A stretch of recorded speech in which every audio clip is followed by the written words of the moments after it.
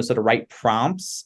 I don't know. I will warn everybody. I'm not sure that prompt engineering is going to be a super long-term career job.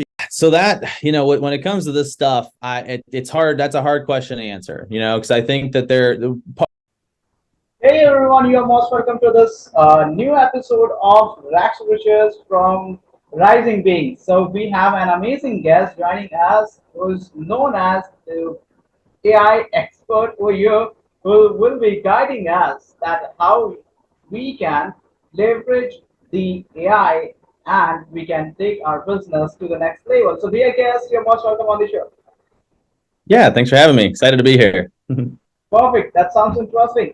So, Nick, the audience is super excited to know a little intro of yours. Sure. Yeah. Well, so I'll talk mostly kind of about AI, obviously, today. But I think my big kind of focus in business for a long time has been video. So I run a company called Business Video School. We're about 3.5 years old, and we teach really thousands of small business owners, mostly real estate agents, how to use video in their business. And so AI has kind of emerged over the past year as a new opportunity. And so I've been just experimenting with it. I'm not a technical founder, so I'm not really a programmer, although I have a little bit of track record there. But yeah, I've just been sort of researching, trying to understand, how we should be using it in our business. So I started out with some chatgpt stuff, and then more recently, and I'm sure we'll talk more about this, but started actually building really simple, basic AI tools first for our students. So I made them a few different tools that they can use in our school. And then since then, I kind of realized, wow, this is probably a way to attract leads and to start marketing the company as well. And so I've since started to do advertising where we're basically giving people access to these really simple AI tools in exchange for their contact information. And then that's how we're growing our email list and database and getting in front of new folks. So, yeah. All right, all right. That really sounds a lot of AI things over here. I can't resist that I am talking to an AI expert. So there are a lot of questions in the market currently that is happening. That the first question I really would like to ask you over here. What is exactly going to happen? Is really AI taking over the jobs of human beings? Yeah, it's a deep one, right? I mean, that's kind of the big concern right now. So I have a couple thoughts there. I think first of all, I think there are some jobs that it's probably already taken over. I was reading a story of a company that recently laid off 90% of their support staff, their customer service team, and replaced it with an AI chatbot that they built in 2 days.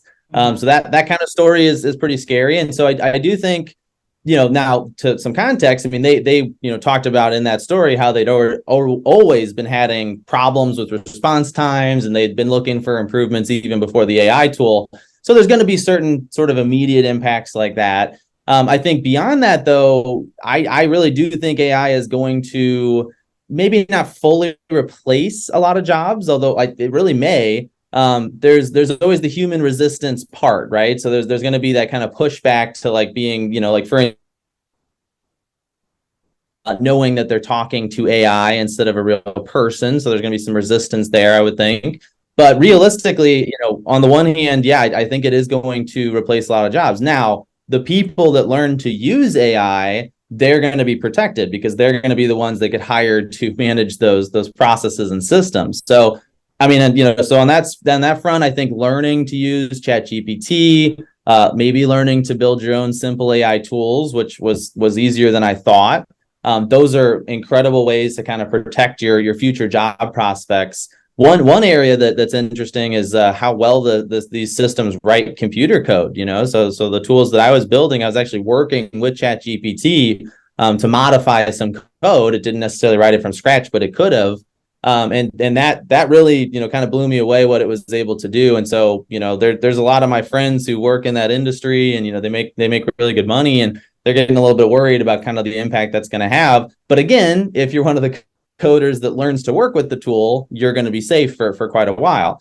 Now, that's sort of short term. Long term, who knows? I mean, I think the question here is, how far are we going to let AI go? Are we going to try to develop, these truly generalized artificial intelligence systems that are just as smart as human beings?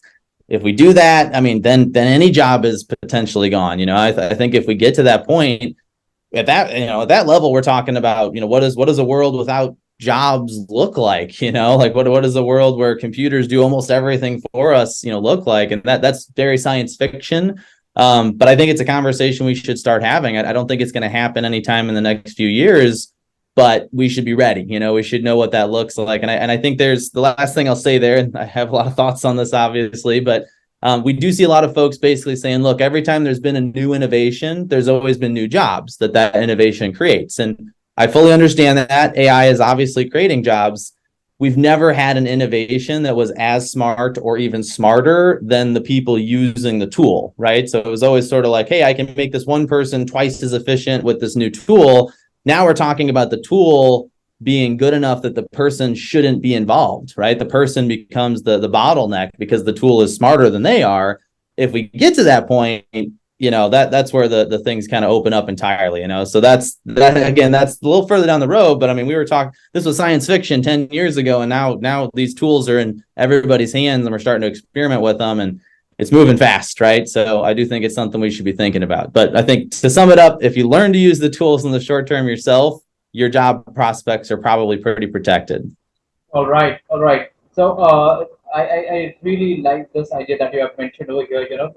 That just got me ask you one more question. That is like the people currently like who are watching right now over here. That is like these are the people who are into the digital entrepreneurship journey, and they are a kind of entrepreneur and they are trying to be the one, and they are really afraid of the AI tools taking their job. They are worried about is social media would be like the social media job that is there, is that role would be taken over by the AI, and what about the marketing part, what about the apps, will these be automated or not, like what are your thoughts on this?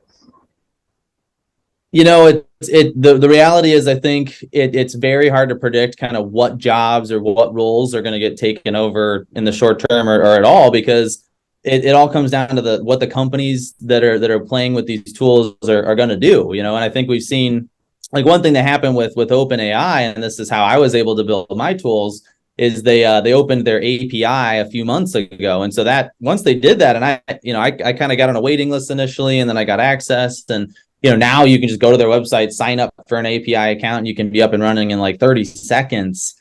Mm-hmm. That means there's now this explosion of innovation, right? So there's all these other people that are saying, okay, I've got this base tool, which it kind of does almost anything I want, and then I have to decide what I want it to do.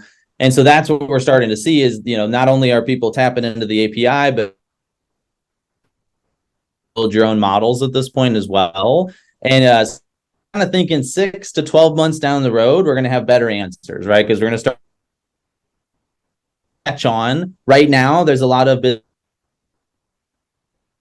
getting traction because people are curious, right? So they're signing up like, oh, this thing will write my blog post for me. Cool, I'll sign up for it. The question is, do they come back? Do they keep using it? What if I see tools that do almost anything, and then it's going to be a question of kind of how much work do people want to do?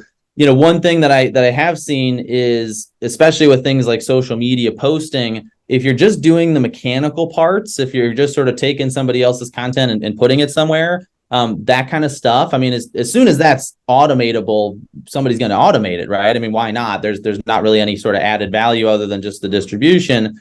The folks that are helping create the content, the folks that are helping guide the marketing decisions, the ones that are kind of using these tools to add value to what they're already doing, they, I think, will be in good shape, and I think could even really substantially grow what they're doing. So I think, there's a business that I'm a part of that's not the school, where we do video production, and one of our focuses in that business, called Connect Video, is to remove as many steps as possible from the customer experience, right? So we do as much of it for them as we can, to the extent where we do one meeting every quarter where we talk about their marketing goals and some of the themes they want to focus on.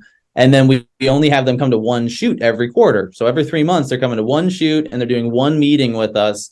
And the result coming out of that is that we create, 6 or more individual videos, and then we do the distribution, we handle the advertising for them. And that allows them to kind of focus entirely on the other parts of their business, but still have a consistent marketing presence. So think those ways, right? Sort of think about like what kind of system or structure or service can you gradually build up that takes more and more of the responsibility and the work away from the customer.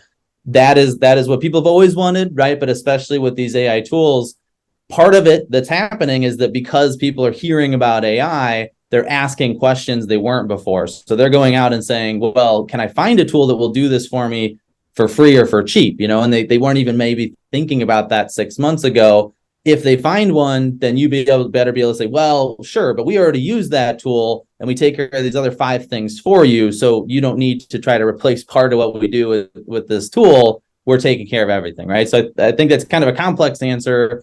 But that's what we should always be trying to do, right? Is figure out what can we take out of the customer's hands? How can we make this as easy as possible for them? And I do think in the long run, people are still going to like working with other human beings, So if they have some sort of face-to-face, I mean, that's a big part of what we teach in the school. Get on camera, show your face, try to build relationships, try not to just be so completely distant from the customer, try to have some familiarity there.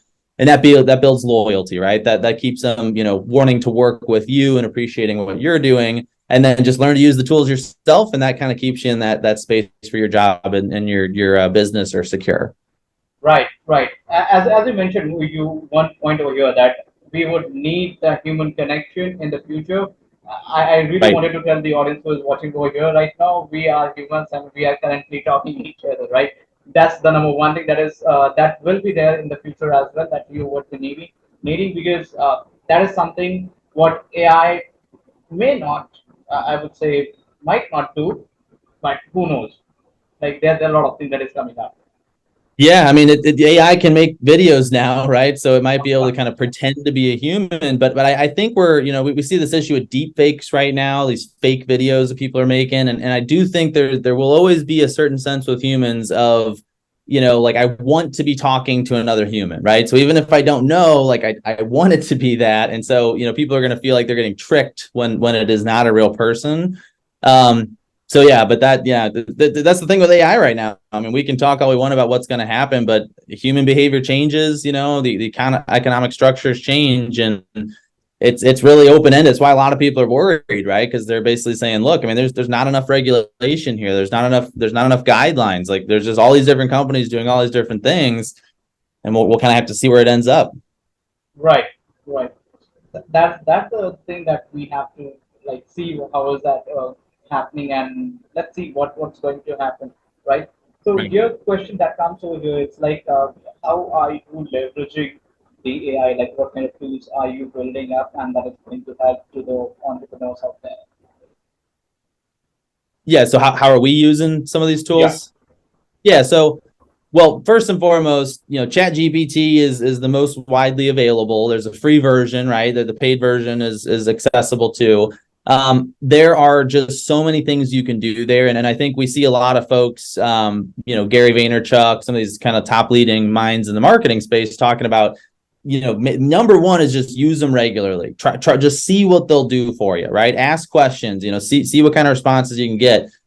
One of the things we do with this is we use it to help us create new scripts for videos. So like marketing content. One of my favorite parts about AI is it can get you started, right? So it's not necessarily going to write the script exactly the way you want it, although it gets better every single week. But it's a great way to just sort of ask questions and get the ball rolling. So like we'll go into ChatGPT and say, hey, I want to advertise to this person. Here's the kind of customer I'm trying to attract. Here's the assets that I have available. And then it'll start to respond and give us ideas. We've used it to come up with names for new products that we're offering. We've at this point we actually used it to sort of help us create an entire marketing kit. So we're talking the video scripts, the landing page copy, all that kind of stuff. So we've used it mostly for written content or to kind of get ideas. And then obviously I mentioned the coding part, so it can help you with writing code, which is really nice. And then there are versions that can create images. So we work a lot with Midjourney, which is not OpenAI. It's a different company. But Midjourney is an image generation tool that you can make almost anything you can imagine. So it's kind of fun to play with. And so, there's that a lot of it is still in that sort of early stage where I don't know that it's necessarily replacing anything we had done before, but it's allowing us to do more, and I think that's where it's a good and bad thing, because we're seeing more content in general just being kind of pushed out onto the internet, which just makes it more noisy and more competitive. But again, it's a learning curve. So I think that's always been my focus here is I'm in the first year or two, I just want to learn it, right? I want to be somebody who's got a really good understanding of it. I want to know somebody who knows how to write prompts. I don't know. I will warn everybody. I'm not sure that prompt engineering is going to be a super long-term career job, because ChatGPT can write prompts, right? So there's sort of some competition from AI there already. But learning the rules of good prompt engineering, So for instance, one thing that I've learned from taking some classes and whatnot on this and experimentation is when you write the prompts, if you can make the AI think longer, so if you can give it multiple steps. So some of these tools I've built, I'll actually say, hey, you're going to act as a script writer, and then you're going to follow these steps. Step number 1, you're going to take the input from the user and you're going to consider 100 different ideas for potential scripts. And then step number 2 is you're going to narrow those down, thinking, this way, think like the customer, think what would be the most compelling to get you to take action. Then number 3, you're going to respond with, two of the ideas that are pretty generic and they might expect. And then you're going to give them 2 other ideas that are more outside the box and creative, right? When you do that, and this is for any kind of prompt, anything you want these tools to do, it's going to give you much higher quality responses. So I think that's where a lot of people have gotten, they get started and they ask a few questions and they get the first response like, it's not very good. AI is not very good at this, right? And that's really not true. It's that you just don't know how to talk to it yet. It's not quite the same as talking to another person. Or it is if because people like detail and clarity too, right? So, but they're not going to necessarily, you tell a person to think of 100 ideas and give you 4 back, they're going to think of 10 and give you 4 back, right? You tell AI to do it, it actually will think of 100 and it'll just give you the 4. I found that is very, very helpful, making it sort of take its time, making it go through several steps. And if you do that, so kind of the final point I'll make there is I think even within ChatGPT, you can have the different chats sort of set up to work as certain functions, and it will remember what you said within that individual thread. So you can sort of train different chats in there to be different kinds of bots for you, right? So you can say one of them is going to be my social media post writer, and here's the kind of business I'm in, and here's the kind of customers I want. You're going to write really compelling social media posts, right? And then you only use that chat for that purpose. And then it kind of almost becomes like a specialized employee in your business. I have a couple of friends that have done that, and they get tremendous value from that. And yeah, so it's but it is very much still an experiment, right? It's like every day or two, I think another thing. I'm like, oh, I wonder if it could do that, or I wonder if it could help me here. And it almost can, every single time, right? At least help, not necessarily take care of it entirely, but now that we're able to start searching the internet, so it's exciting. Right. So that's really super exciting. Really super exciting, right? So can we focus on like over here? That question just popped up in my mind, and I was like, okay, let me just bring this up and ask you over here, since like, what is the number one service one could offer and can like make money out of it? When I talk about money, like they can make 5 figures, 6 figures, or something. They can even scale further. Like, do you suggest something to the people? Yeah, so that when it comes to this stuff, it's hard. That's a hard question to answer, because I think that part of the problem there is that there's a lot of answers, right? And then the other problem is I don't know how sticky any of this stuff is going to be, because we have the aspect of, hey, it's a new thing, it's novel, it's interesting, people are just trying it because they're curious. And then we have the inevitable pushback of, AI might destroy the world and it could be dangerous. And I don't know if I like working with the computer. And, so it's still, I think, kind of murky to see where it's going to land. But what I will say is one thing I can be pretty confident is a current and significant business opportunity is building a service that utilizes AI to be substantially more efficient, right? So for instance, back to that social media posting, right? So you have many businesses out there that will design social media posts, that will write your social media, right? That'll do the distribution, all that kind of stuff. Well, those companies, if they were doing it, it's a lot of times it's either generic, everybody's kind of getting the same kinds of posts, and that's one way to do it. Or it was customized, but that's very expensive, right? And in that case, you have to get to know the customer, and you got to know who, how they talk and speak in their own voice. That is something that's becoming much easier with AI. So to me, that's kind of the one that I've thought of that kind of sprung to mind the most is like, look, especially if you have a team of people already, and you're sort of set up in that way, and maybe you got a couple of designers and a couple of copywriters, the move is not to necessarily replace them with AI. It's to get them using it. So now you can offer, and the approach I would take is not to charge the same amount for the custom stuff and just try to save money, but to go the other route and to actually offer the custom approach, but for a much lower price and go for volume, right? So now it's okay. I've got 4 people. Maybe up until now, you could do that kind of customized content for 100 total businesses. With this AI stuff, it might be 1,000 total businesses, right? I mean, it might be a 10x kind of increase. And again, with that sort of chatgpt, chat approach, you could have a dedicated thread for every single customer that knows who they are and the kind of customers they work with and the kind of posts and the way they write and, everything. And again, you're going to need to proofread it and double check and all that kind of stuff. But that would be my suggestion. So now I will say it doesn't mean you need to offer the service for 1/10 of the price, right? This is where the kind of arbitrage or profit margin could come from. But if you've got a bunch of companies out there and they're charging, $1,000 a month, whatever it is, do this kind of completely custom marketing, and you can come in for half that price and then get, 5 to 10x more customers than you currently have. Well, you just grew your revenue 2 to 3 to 4 times. And your profit is also probably going to be higher, right? So now you're working with the same number of people. I mean, the cost of the AI is incredibly low. It is mind blowing. So we built these tools. We have hundreds of people have access to them. They use them every now and then. It's not like they're using them every day. We've spent like $1 total through the API. I mean, it is very, very, very little. So, in that sense, it's like, yeah, you can use these tools. You can use them extensively. You can set stuff up through the API if you need sort of more volume, if your basic accounts don't do it. And then just think of it that way, right? So that's not necessarily the long-term answer, but that's the problem is, like we were saying, we don't know what the long-term answer is going to be. You might as well be the company in the meantime that takes advantage, offers a service at a lower price, and then you've got the volume, you've got the revenue, whatever that new tool is that replaces that service, then maybe you're the one to build it or you're the one to offer it. That's been my take on it. Yeah. All right. Moving forward to the last but not the least question over here. It's like, what do you suggest to the people? Like, what should they be doing so that they use AI effectively and that could help their business to grow?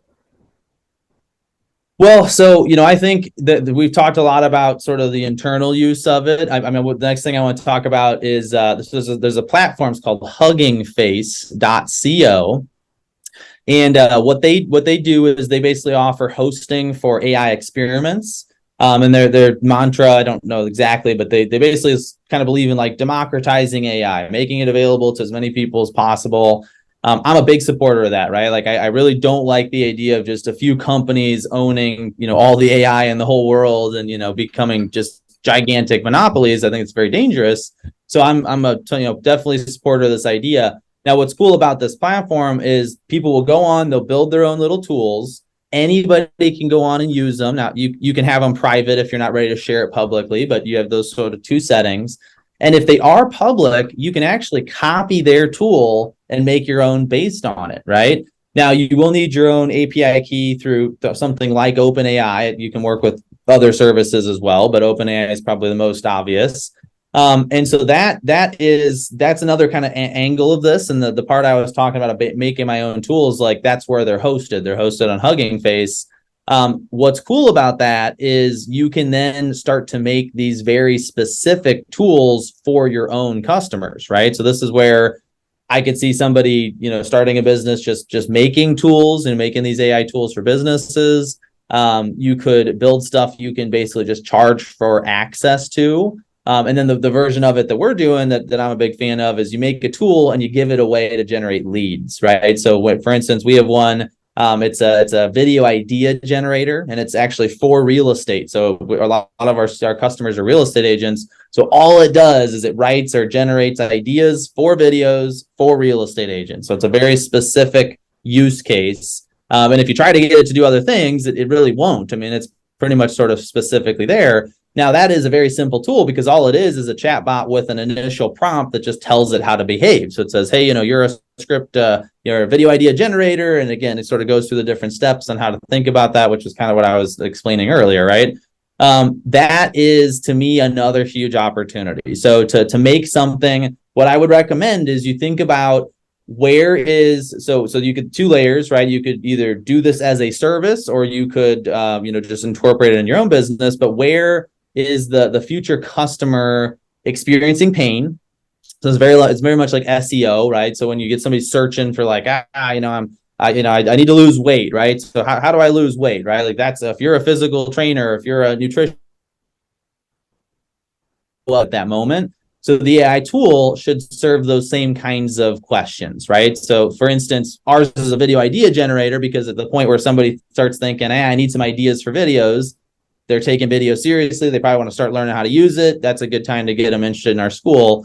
So, for the nutritionist, it might be like a recipe generator, so a healthy alternatives, right? So I go in and say, I love lasagna, but it makes me too fat. So I want something that's a little healthier. And then it replies with a healthy version of that recipe. So that's a very specific kind of tool. And so that's the way to think about it is where is the point? What's the question somebody might ask? What's the moment where they sort of decide, you know what, I need to take action here. I need to find a solution. Can you provide a tool that fits really closely with that moment? And then at that moment, they're on your website, they're trying this tool. They're only going to use it a couple times. It's really more of a novelty. And then you've got your stuff there, right? Now, the last thing I'll mention is you should absolutely have a video of yourself that shows how to use the tool. Number one, they're more likely to use it then, but that also is your introduction, right? So that's your chance to put yourself on screen, show them your face, give them a chance to get to know you. That will help with the sales conversion later because you're not a stranger anymore, right? So those are just a couple of other thoughts. Yeah. Awesome. That really sounds interesting, and you have given a lot of valuable nuggets to the audience over here, and I really believe that the audience who is watching over here right now, and this is really going to help them out. Where people could find you, where do you respond more? Yeah, so I love to connect with people on LinkedIn and Facebook in particular. So you just search for my name, Nick Niehaus, and there's a couple Nick Niehauses, but look for the one with Business Video School or Connect Video. And then, I would also say that, look for Business Video School on any of the major social platforms. If you're specifically interested in video, that's also great. But yeah, LinkedIn and Facebook are good if you want to connect with me directly. Perfect. So what I'll do is I'll mention his username in the link so that people who are watching want to connect with him. You can go and connect with him on Instagram. I'll be mentioning his username, or like I'll be dropping his Instagram link over here in the description. Right? Thank you so much, Nick.